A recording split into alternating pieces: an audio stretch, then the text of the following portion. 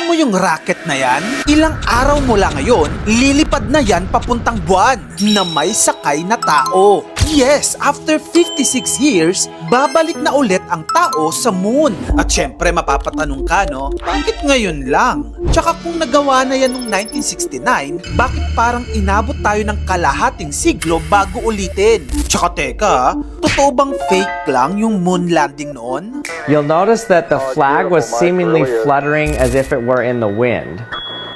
This is a picture of Neil Armstrong's boots on display, and here's a picture of his footprint on the moon. Why do they look so different? Ngayong taon, tuluyan ng ibabalik ng NASA ang tao sa buwan sa pamamagitan ng Artemis program. Ito ang unang beses sa mahigit na 50 years na may mga taong lalabas ulit ng low Earth orbit at pupunta sa paligid ng moon. At mas historic pa ito kasi may unang babae na kasama sa project na ito. Tsaka yung unang tao ng 21st century na makakakita ng Earth mula sa malalim na kalawakan. Tsaka isipin mo to, no? Sa mahigit na 8 billion humans sa buong mundo ngayon, tinatayang 1.5 billion lang ang nabuhay noong panahon ng Apollo missions noong 1960s. Ibig sabihin, karamihan sa atin, first time pala makakasaksi ng ganitong event. Sa mission na ito, halos 10 araw silang nasa kalawakan.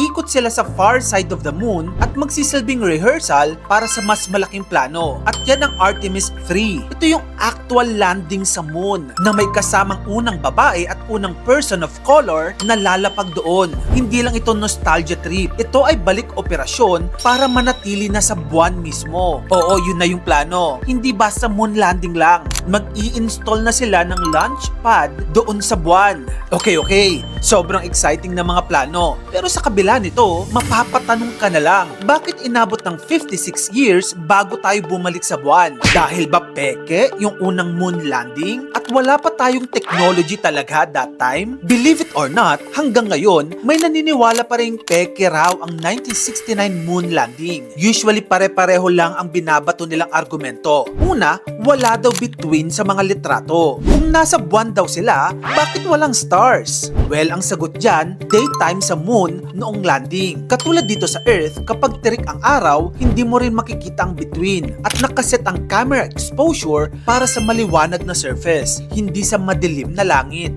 Yung mga marurunong sa photography, magigets to. Maliban dyan, ang isa sa mga rason pa nila bakit daw gumagalaw ang flag kung walang hangin. Ang sagot naman dyan, may horizontal pole sa bandila, kaya siya nakausli. At saka yung kulubot, galing yan sa pagkatupi ng flag sa loob ng spacecraft ng ilang araw na biyahe. Kumbaga, sinadya na talaga nilang ganyan yung flag. Tapos, ang rason pa nila kung kaya noon, bakit hindi na tayo bumalik? Well, ang sagot dyan, actually bumalik pa tayo ng 5 beses pagkatapos ng 1969 landing. Tumigil lang ito dahil mahal, delikado, at lumipat na ang focus ng US sa Vietnam War at Cold War priorities. Pero ang good news, babalik na ulit tayo doon. This time, pang long term na. Ang isa pang rason na mga naniniwala sa fake landing ay hindi raw parallel ang mga anino. Iisa lang naman daw ang araw pero bakit iba-iba ang direksyon ng shadow? Ang sagot dyan, perspective. Kahit dito sa Earth, kapag uneven ang lupa at iba ang angle ng camera, nagmumukhang iba-ibang anino kahit iisa lang ang light source. Short,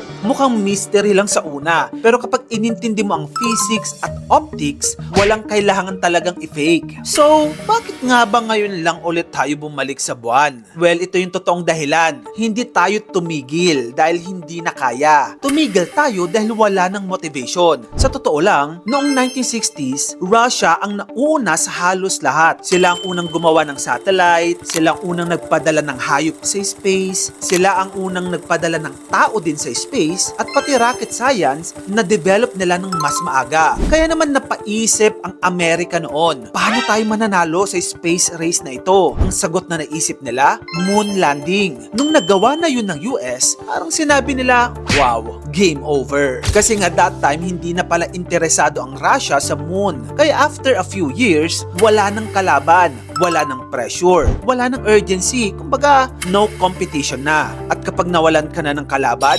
nawawala yung drive. Hindi dahil hindi na kaya ng tao, kundi dahil wala nang pumilit sa atin noon at wala na talagang rason para bumalik. So yun na nga mga kamagkano. Ngayon, Iba na ang mundo. May bagong space race, may bagong players, at may bagong dahilan para bumalik. At ang swerte lang natin sa generation natin at masasaksihan natin to. Kung gusto mo pa na magito pang klaseng content, i-follow mo na ako. Mag-subscribe ka na rin sa aking YouTube channel. Yun lang, maraming salamat sa panonood.